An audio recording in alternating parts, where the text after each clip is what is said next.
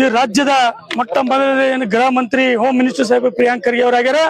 ಅಂದಿನ ಹಿಡಿದು ಇಂದಿನವರೆಗೆ RSS ನವರಲ್ಲಿ ಒಂದು ತಳಮಳ ಹುಟ್ಟ್ಯದ. ಯಾಕಪ್ಪ ಅಂತಂದ್ರೆ ಇವತ್ತು ರಮೇಶ್ ಜಿಗಣಿ ಅವ್ರು ಹೇಳ್ತಾರ ಪ್ರಿಯಾಂಕ್ ಖರ್ಗೆ ಅವ್ರು ಧಮಕಿ ಕೊಡುವಂತ ಕೆಲಸ ಮಾಡ್ಲತ್ತಾರ. ಇವತ್ತು ಪ್ರಿಯಾಂಕ್ ಖರ್ಗೆ ಅವರು ದಲಿತರೇ ಆಗಿರ್ಬೋದು, ಆದ್ರೆ ದಲಿತರು ಒಬ್ಬರದೇ ಕೆಲಸ ಮಾಡ್ಲಕತ್ತಿಲ್ಲ. ಈ ರಾಜ್ಯದ ಕಟ್ಟ ಕಡೆಯ ವ್ಯಕ್ತಿ ಹಾಗೂ ಕಟ್ಟ ಕಡೆಯ ಸಮಾಜದ ಕೆಲಸಗಳನ್ನು ಮಾಡ್ತಾ ಇದ್ದಾರೆ. ಇದು ಇವರಿಗೆ ಆಗ್ ಬರಂಗಿಲ್ಲ, ಯಾರಿಗೆ RSS ನವರಿಗೆ.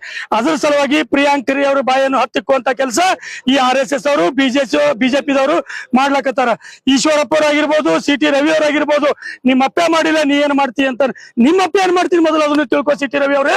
ಇವತ್ತಿನ ದಿವಸ ಪ್ರಿಯಾಂಕ್ ಖರ್ಗೆ ಅವ್ರ ಬಗ್ಗೆ ನೀವು ಮಾತಾಡ್ಬೇಕಾಗಿತ್ತಂದ್ರ ಮೊದಲು ನೀವು ಸಂವಿಧಾನದ ಬಗ್ಗೆ, ನೀವು ಈ ರಾಜಕೀಯದ ಒಂದು ಅನುಭವದ ಬಗ್ಗೆ ಇಟ್ಕೊಂಡು ಮಾತಾಡ್ರಿ.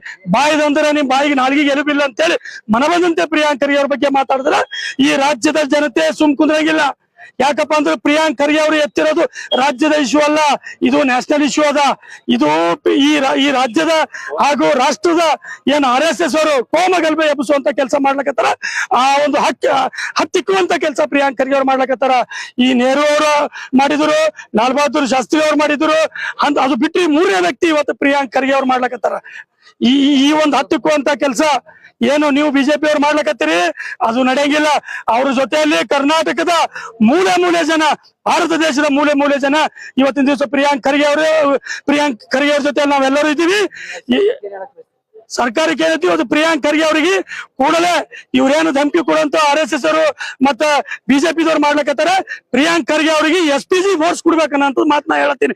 ನಾಳೆಗೆ ಅವ್ರಿಗೆ ಏನಾದ್ರು ಹೆಚ್ಚು ಕಮ್ಮಿ ಆದ್ರೆ ಈ ರಾಜ್ಯದಲ್ಲಿ ಅಲ್ಲೋಲ ಕಲ್ಲೋಲ ಆಗೋದು ಮಾತ್ರ ಸತ್ಯ ಅದ. ಅವರಿಗೆ ನಮ್ಮ ರಾಜ್ಯದ ಮುಖ್ಯಮಂತ್ರಿ DK ಶಿವಕುಮಾರ್ ಅವರಿಗೆ ನಾನು ಹೇಳಕ್ ಇಷ್ಟ ಪಡ್ತೀನಿ. ಅವ್ರಿಗೆ ಯಾಕಂದ್ರೆ ಅವರು ತಮ್ಮ ಸ್ವಂತ ಕೆಲಸ ಮಾಡತ್ತಿಲ್ಲ, ಈ ರಾಜ್ಯದ ಈ ರಾಷ್ಟ್ರದ ಕೆಲಸ ಮಾಡತ್ತಾರ. ಅವರಿಗೆ SPG ಫೋರ್ಸ್ ಕೊಡ್ಬೇಕು ಅಂತೇಳಿ ನಮ್ಮದು ಈ ಕಲಬುರಗಿ ಜಿಲ್ಲಾ ವತಿಯಿಂದ ನಂದೊಂದು ಕೋರಿಕೆ ಇದೆ.